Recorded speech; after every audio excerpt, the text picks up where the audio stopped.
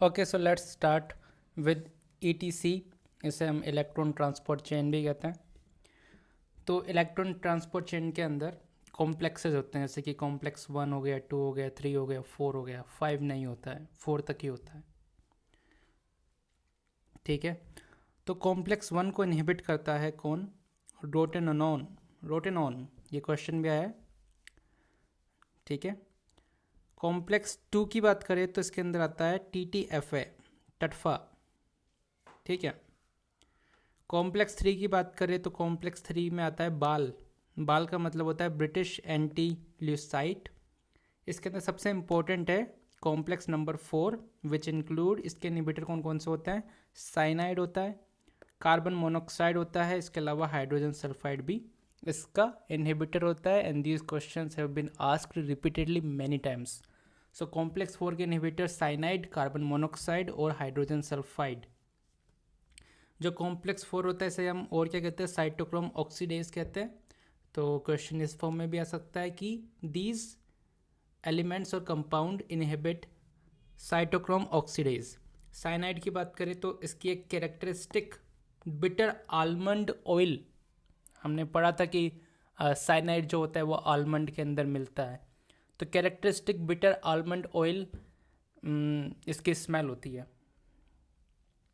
ठीक है, सार्कोमियर की हम बात करें तो सार्कोमियर किसे कहते हैं? ये दो जो जेड लाइन होती है इनके बीच की जो डिस्टेंस होती है इसे कहते हैं सार्कोमियर। ठीक है, इसके बीचों बीच होता है थिक फिलामेंट, और थिक फिलामेंट के बीच में भी ये जो लाइन होती है, ये जो लाइन होती है इसे कहते हैं हम एच जोन। क्या कहते हैं? एच जोन कहते हैं। और जो थिक फिलामेंट की पूरी डिस्टेंस होती है उसे कहते हैं हम ए बैंड, और जो थिन फिलामेंट की पूरी डिस्टेंस होती है ये जो एरिया दिख रहा है ये वाला, इसको कहते हैं हम आई बैंड। ये वाला जो हो गया ए बैंड हो गया, ये वाला जो हो गया वो आई बैंड हो गया। ए बैंड के बीच में है एच जोन और आई बैंड के बीच में है ये Z line. So this is very important and very easy. Let me tell you again, जैसे कि ये हो गया आई बैंड, ये हो गया ए बैंड और ये हो गया आई बैंड।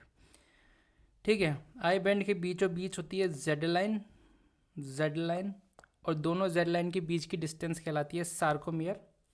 और जो ए बैंड होता है उसके बीच का ये जो स्पेस होता है वो कहलाता है एच जोन। ठीक है, अभी ये क्या है? ये चारगाफ रूल है एक। चारगाफ रूल क्या कहता है? ए के सामने टी आता है और सी के सामने जी आता है, और अगर हम ए प्लस जी करें, क्योंकि दोनों क्या है? एडिनिन और ग्वानिन, प्यूरिन है।